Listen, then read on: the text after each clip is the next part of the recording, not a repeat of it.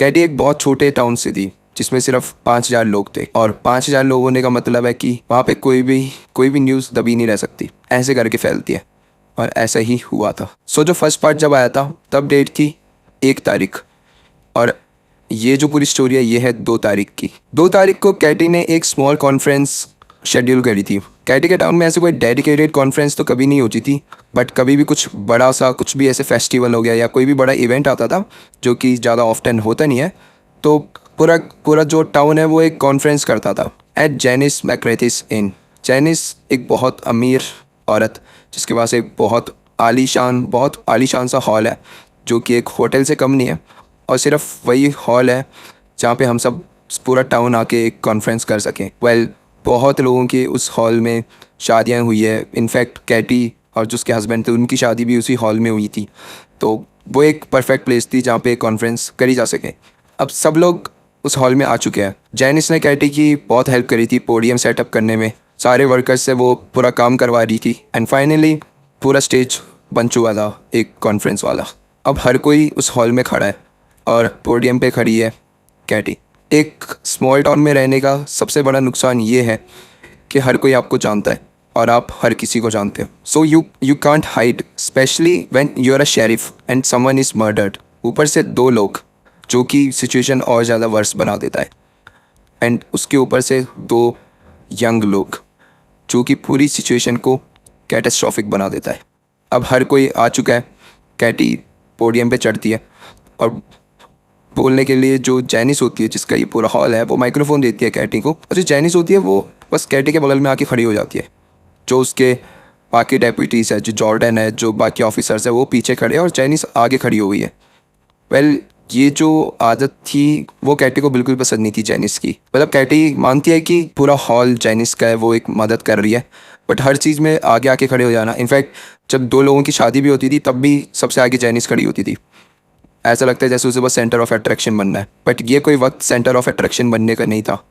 तो कैटी बस जैनिस को एक लुक देती है और जैनिस चुपचाप राइट साइड में मुड़ जाती है, और जहाँ बाकी डेप्यूटीज़ ऑफिसर्स होते हैं उनके बगल में आके खड़ी हो जाती है। खड़ी अभी भी है बट एटलीस्ट चलो आगे नहीं खड़ी हुई है। कैटी इन सब चीज़ों को इग्नोर करती है और कैटी बस बोलना चालू करती है कि हेलो, मैं बोलना चाहती हूँ। जैसे ये बोलती है पूरा स्पीकर फटने लग जाता है, एकदम बड़ी अजीब सी आवाज़ आती है। हर कोई अपने कान पकड़ रहा है। एकदम जैनिस फिर से आगे आ जाती है, अपने सारे वर्कर्स को बोलती है 2 मिनट 2 मिनट 2 मिनट। सारे वर्कर्स को बोलती है जल्दी जल्दी सब सही कर दो। वो जाते हैं स्पीकर में कुछ तो सही करते हैं, एंड देन जैनिस बोलती है कैटी को कि एक बार फिर बोल के देखो अब सब कुछ सही है। कैटी बोलती है माइक टेस्टिंग 1 2 3, क्या आप लोग मुझे सुन पा रहे हो? कैटी का कोई जवाब नहीं देता। दूर दूर तक सब सिर्फ देख रहे कैटी को, कोई जवाब नहीं दे रहा। बट कैटी को खुद की आवाज़ सुनाई दे रही थी तो उसे समझ आ गया था कि माइक एकदम सही है, और अब कैटी बोलना शुरू करती है। Sorry about that. कैटी बोलती है कि yesterday we lost 2 of our own, but मैं कोई राइटर नहीं हूँ, ना ही मैं कोई पब्लिक स्पीकर हूँ। मैं एक पुलिस ऑफिसर हूँ, बेका कैम्पबेल और डायलन रसल। कोई आसान तरीका नहीं है ये चीज़ें बोलने का, but I would say that 2 young bright 2 good kids were killed. जैसे ही कैटी ये बोलती है क्राउड एकदम से कुछ बड़बड़ाने लग जाता है, सब आपस में कुछ बात करने लग जाते हैं। कैटी को दिख रहा होता है कि सबकी आंखों में गुस्सा है, और कैटी को ये भी दिखता है कि बहुतों की आंखों में गुस्सा है पुलिस ऑफिसर्स को लेकर, क्योंकि शायद वो कैटी और उसके ऑफिसर्स को जिम्मेदार समझ रहे हैं जो भी हुआ उन सब के लिए। अब कैटी फिर से बोलना चालू करती है, आई नो कल से लेकर आज तक बहुत ज़्यादा बातें हो चुकी है, बहुत ज़्यादा पिक्चर्स शेयर करी जा रही है ऑनलाइन, व्हाट्सएप पे, टिकटॉक पे, हर जगह। मुझे नहीं पता आप लोगों के पास वो सब कैसे आया है, बट मैं रिक्वेस्ट करूँ कि ये शेयर करना बंद करें। मैंने भी एक फ़ाइल कंप्लेंट कर दी है, और जो हमारी टेक टीम है वो इन सब चीज़ों को, आधी चीज़ों को डाउन कर चुकी है। बट अगर आप सब ने भी कुछ चीज़ें सेव करी है या आपके पास है तो बस शेयर ना करें। मैं बस आपसे रिक्वेस्ट करना चाहती हूँ। आगे कैटी बोलती है कि हमारे टाउन में करीबन 20 या 25 साल से एक भी मर्डर नहीं हुआ था, क्योंकि तब सोशल मीडिया कुछ नहीं था। बट अब सोशल मीडिया में ये चीज़ें इतनी ज़्यादा फैल जाती है, क्योंकि जो क्रिमिनल होता है उसे ऐसा लगता है कि वो हीरो है जो कि बहुत बहुत जल्दी पॉपुलर हो जाएगा एक क्राइम करने से, और ये सब होता है सोशल मीडिया की वजह से। और यही चीज़ें शायद उन्हें थ्रिल देती है, यही चीज़ें शायद उन्हें खुशी देती है, पॉपुलर होना, हर जगह उनकी बातें करना, हर जगह उनके किस्से शेयर करना। तो मैं बस आप सबसे रिक्वेस्ट करूँ कि आप प्लीज़ ऐसा ना करें। और आप सबको मैं एक और चीज़ बताना चाहती हूँ that sharing details of an ongoing police investigation is a crime. Katie sure नहीं है इस बारे में। कैटी इनफैक्ट अभी तक श्योर नहीं है कि ये क्राइम है कि नहीं है। कैटी को तो शायद ये बुलशिट ही लगता है क्योंकि सभी शेयर करता है। बट पूरे टाउन को डराने के लिए कैटी ने ये लाइन बोल दी थी। कैटी कंटिन्यू करती है बोलना कि मैं ये नहीं कह रही कि ये सब शेयर करना बेकार चीज़ है, अगर आप किसी को कंसर्न के लिए शेयर कर रहे हो या जस्ट ऐसा अवेयरनेस फैलाने के लिए शेयर कर रहे हो तो मैं आपको दोषी नहीं बोल रही, मैं ये नहीं बोल रही आप क्राइम कर रहे हो, बट बस मैं चाहती हूँ कि जो 2 यंग लोगों की डेथ हुई है उनके बारे में ज़्यादा लोग बात ना करें, वो सेंटर ऑफ अट्रैक्शन ना बने और इस टाइप की अटेंशन उन्हें ना मिले, क्योंकि उनके घर वालों के लिए बहुत ज़्यादा पेनफुल है। तो आई होप कि आप सब इस बात को समझेंगे। इस बात पे लोग फिर से आपस में बातें करने लग गए हैं, सब कैटी को देख रहे हैं, कोई सेम गुस्से में, कोई बस गिल्ट में, मतलब हर किसी के अलग इमोशंस है। कैटी आगे और बोलना चालू करती है, please disregard any rumours, don't believe anything you here unless it's from me or the members of law enforcement team. I'll take few questions today. Please remember to respect the privacy of the families involved.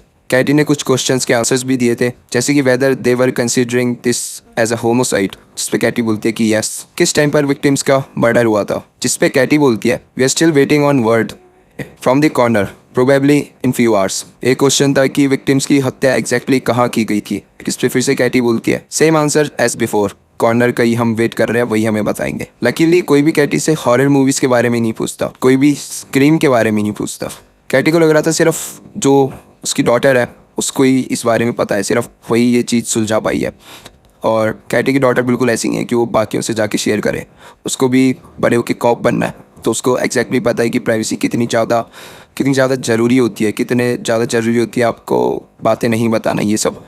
तो she sure कि उसकी daughter ने किसी को नहीं बताया होगा and town में किसी और को पता भी नहीं है इस हॉरर मूवी या स्क्रीम के बारे में। अब कैटी जॉर्डन के साथ है और कैटी जॉर्डन को पूछती है मैं सिर्फ एक बार पूछूंगी और तुम्हें उसका आंसर दे रहा है, did you take photos of the crime scenes, जिस पर जॉर्डन बोलता है with the department camera yes.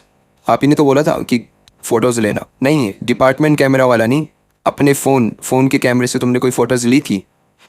Jordan बोलता है नहीं मैंने कोई फ़ोटोज़ नहीं ली है। कैटी पूछते है कि तुम्हें पता है कि किसी और ने ली हो तो। जॉर्डन फिर से अपना गर्दन हिलाता है, मना करता है। He was looking nervous, पेल्ड, guilty, मतलब एकदम गिल्ट वाले एक्सप्रेशन थे उसके फेस पर। कैटी और पूछते हैं कि अच्छे से याद करो कोई और तो नहीं था जो बॉडीज़ के आसपास घूम रहा था, शायद उसने ले लियो या कुछ। जॉर्डन फिर से बस मना कर रहा है। कैटी बोलते हैं कि छोड़ो ये मेरी गलती है, मुझे शायद थोड़ी जल्दी याद आना चाहिए था, कोई बात नहीं। और मैं अभी पॉल वॉरेन से मिलने जा रही हूँ तो तुम मेरे पे एक फेवर करो, तुम मेरी जो बच्ची है, डॉटर है बीवी, बस उस पर नज़र रखो। जॉर्डन बोलता है कि आप पॉल वॉरेन से मिलने जा रही हो तो मैं भी आपके साथ चलता हूँ, जिस पे कैटी बोलती है मैंने अभी क्या कहा, मेरी बेटी पे नज़र रखने को ना। तो जॉर्डन बोलता है ठीक है मैं वही कर पाऊँ। कैटी के टाउन में कोई भी मेडिकल एग्जामिनर नहीं है, but there is one the next town over, Paul Warren, a local friend of a Katie, जिस पे कैटी को काफ़ी ट्रस्ट है। सो अब कैटी पॉल से मिलने जा रही है और पॉल एक रूम में पूरी ऑटोप्सीज कर रहा था तो वहाँ पे कैटी जाती है। ऑल्दो उस रूम का नाम कैटी को याद नहीं है, वो बस एक छोटा सा रूम है जो कि बहुत ठंडा सा है और बहुत गंदा स्मेल करता है, like chemicals and something dead underneath. अब जैसे ही कैटी अंदर जाती है पॉल से देख के बोलता है कैटी, और वो हक करने की ट्राई करता है, like try in the sense कि वो प्रिटेंड करता है हक कर रहा है बट नहीं करता, वो बस मजाक कर रहा होता है। पॉल की पूरी बॉडी कवर्ड थी, लाइक मास्क, हेयर पे, हाथ, सब कुछ कवर्ड थे एंड इनफैक्ट कैटी की भी थी, क्योंकि जो पॉल की असिस्टेंट थी उसने कैटी को बोला ही था कि आप ग्लव्स पहन लीजिए, मास्क पहन लीजिए, सर पे आप अपने हेयर नेट डालिए, और बस पूरी हर तरीके से कवर्ड होकर कैटी और पॉल अब उस रूम में खड़े हैं। कैटी ट्राई कर रही है कि बस उन 2 बॉडीज़ की तरफ ना ही देखे। अब कैटी पूछते हैं कि क्या स्टेटस है इनका, इनके बारे में कुछ बताएं कि आपको क्या पता चला है, जिस पे पॉल बताता है कि जो टैलन है, टैलन की जो बॉडी है उसके आप सर पे मास्क देख रहे हैं, ये 8 बार स्ट्राइक की हुई है, 8 बार उसे मारा गया तब जाके वो मरा है। और जितना पॉल को समझ आ रहा था वो ये था कि उसे बेहोश करने की कोशिश की गई थी, मारने की नहीं, बट इतनी ज़ोर ज़ोर से मारा था कि उसकी डेथ हो गई थी, मतलब। और जिससे मारा है वो कोई मेटल का पीस होगा, जिस पे कैटी पूछते हैं मतलब कि वो जो पेट फटा था उसकी वजह से नहीं हुआ है, जिस पे पॉल बताता है कि नहीं, वो उसे मारने के बाद पूरा पेट काटा गया है।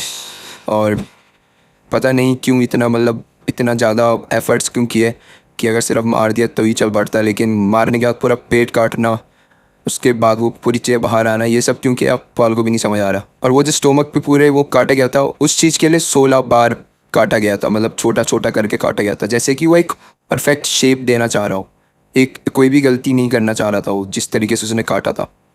और ये चीज़ें पॉल के बिल्कुल समझ नहीं आ रही थी कि ऐसा क्यों कोई कोई क्यों ऐसा करेगा। वहीं पे जो लड़की थी उसके बारे में पॉल बताता है दैट वो लड़की भी सेम तरीके से मतलब पहले मर चुकी थी एंड बाद में उसके जो चेस्ट थी वो काटी गई थी और उसके सारी चीज़ें बाहर निकाली गई थी। कैटी पूछते हैं कि और कुछ आपको पता चला, जिस पे पॉल बताता है कि हाँ एक और चीज़, जो उस लड़की के हाथ में फ़ोन था वो ग्लू से चिपकाया गया था उसके हाथ में, जैसे कि वो कुछ पोज देना चाह रहा हो।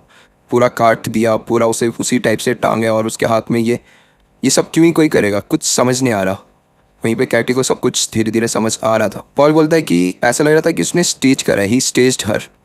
उसने उसने एक फ्रेम बनाई है अपने माइंड में और उसी के अकॉर्डिंग उस लड़की को मारा है। It was theatrical. जिस पे कैटी बोलती है थिएट्रिकल नहीं, इट वॉज सिनेमैटिक। वेल अब कैटी थैंक यू पॉल बोल के वहाँ से चली जाती है। अब कैटी ऑफिस के पास वापस जा रही होती है कि तभी उसे एक और कॉल आती है एंड लकीली जो वो कॉल आती है वो जिस जगह से आती है वो रास्ते में ही पड़ता था। और सिर्फ यही चीज़ एक लकी थी क्योंकि उसके बाद जो भी चीज़ें हुई थी वो बिल्कुल लकी नहीं थी। So there is an old well on the Harrisons farm. जब कैटी बच्ची थी तो उस कुएं के पास जाके छुप जाती थी। कई बार वो और उसके दोस्त उस पर कॉइन्स फेंकते थे ये सोच के कि हम विश मांगेंगे, कॉइन फेंकेंगे तो हमारी विश पूरी हो जाएगी। बच्चों वाली आदतें। और कई बार वो वहाँ जाके छुपन छुपाई खेलते थे, उस कुएं के आगे पीछे दौड़ते थे। और एक बार तो जो ओनर थे, जो हैरिसन थे, वो शॉटगन लेकर आ गए थे और बोल रहे थे कि हम तुम्हें मार देंगे अगर तुम आगे से यहाँ दिख गई। कैटी रोते रोते जाती है, अपने डैड को बताती है। उसे लगता है कि डैड उससे नाराज़ होंगे कि तुम वहाँ क्यों गई थी, ऐसा सब। बट उल्टा होता है। जो कैटी के डैड होते हैं वो भागते हुए आते हैं, वो जो मिस्टर हैरिसन होते हैं उन्हें लात मारते हैं, वो गिर जाता है और उसको बोलते हैं कि अगर तूने आज के बाद कोई सी भी गन मेरी बच्चे पे पॉइंट करी है, टाउन के किसी भी छोटे बच्चों में पॉइंट करी, तो तेरी लाश तक नहीं मिलेगी, तुझे मैं इसी कुएं में फेंक के मार दूंगा। और तब के बाद आज तक कभी हैरिसन ने इन बच्चों को कभी गन से नहीं डराया था। Well back to the topic. अब कैटी को मिस्टर हैरिसन की बेटी की कॉल आई थी। वेल जहाँ कैटी रह रही है उसके टाउन से 2 टाउन दूर एक गर्ल थी जो कि 3 या 4 दिन पहले मिसिंग हो चुकी थी। उसके घर वालों ने जाके कंप्लेंट फाइल करी थी। तब से पूरा सर्च ऑपरेशन चल रहा था।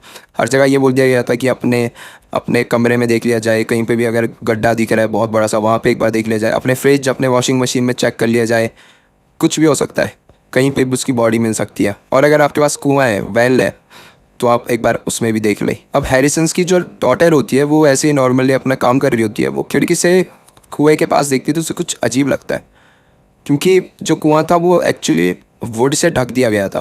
क्योंकि जो हैरिसन की डॉटर थी उसकी भी बेटी एक बार उसी कुएं में गिरने वाली थी खेलते खेलते। तब से लेके आज तक उन्होंने उस कुएं को पूरा ढक दिया था। बट ऐसा लग रहा था जो वो वुड है वो हिला है थोड़ा सा, मतलब थोड़ा सा साइड हो चुका है, जो कि थोड़ी सी अजीब बात थी। उसे अगर वो खुद ही नहीं हो सकता था, कोई इंसान उसे धक्का दे, थोड़ा उधर करे तो ही वो हो सकता था। अब हैरिसन की डॉटर जाती है नीचे, अपने जो आसपास नौकर होते हैं उन्हें बुलाती है और वो उसे वुड को हिला के वापस सही कर रही होती है। तभी वो कुएं में कुछ देखती है जिसे देखते वो मतलब बेहोश होने वाली होती है, इतना ज़्यादा वो शॉक्ड हो जाती है। बट ये प्रॉपर्टी हैरिसन की थी तो ऑब्वियसली पूरी जिम्मेदारी उनकी थी, इसलिए वो सीधा कैटी को कॉल कर देती है और अब कैटी, जॉर्डन सब उसके घर पे आ गए हैं। कैटी सीधा कुएं के पास जाती है, अपनी फ्लैश लाइट ऑन करती है और कुएं के अंदर देखने लग जाती है। वो देखती है कि कुएं में एक लड़की पड़ी हुई है जिसने वाइट कलर की ड्रेस पहनी हुई है, फुल स्लीव्स पहनी हुई है। Her long black hair was draped over her face, her bare legs were bloated. उस लड़की का कलर भी चेंज हो रहा था, ग्रीन सा, ब्लैक, अजीब सा कुछ कलर हो गया था उसकी स्किन का। और ये वही लड़की थी जो कि 3 या 4 दिन पहले मिसिंग थी, जिसकी मॉम डैड ने कंप्लेंट करी थी। उस लड़की का नाम समैंथा था। अभी ये सब बस उस समैंथा को देख रहे कि तभी जो नौकर होता है वो आता है कि शेरिफ। वो एकदम से कैटी को बोलता है, कैटी मुड़ के बोलते क्या हुआ? वो बोलता है कि मुझे ये वेल में जो बकेट थी उसमें मिला था। वेल ये नीचे गिरने वाला था बट मैंने एकदम से उसे पकड़ के उठा लिया था। उसके फेस में प्राउड वाली फीलिंग थी कि उसने कुछ बचा लिया है। शेरिफ जो कि कैटी है वो उस चीज़ को लेती है और वो देखती है कि वो एक ब्लैक बॉक्स होता है। नहीं, ब्लैक बॉक्स नहीं, एक्चुअली वो ब्लैक बॉक्स लग रहा होता है बट ध्यान से देखो तो वो एक VHS टेप होती है। अब उसके हाथ में ये VHS टेप है तो उसे ऐसे टर्न करके वो लेबल देख रही है। एक आदत है हमेशा हर चीज़ का लेबल चेक करना। वो देखती है कि there was a white label on it, kind of a faded yellow, और उसमें 2 वर्ड्स लिखे हुए थे, 7 टील्स।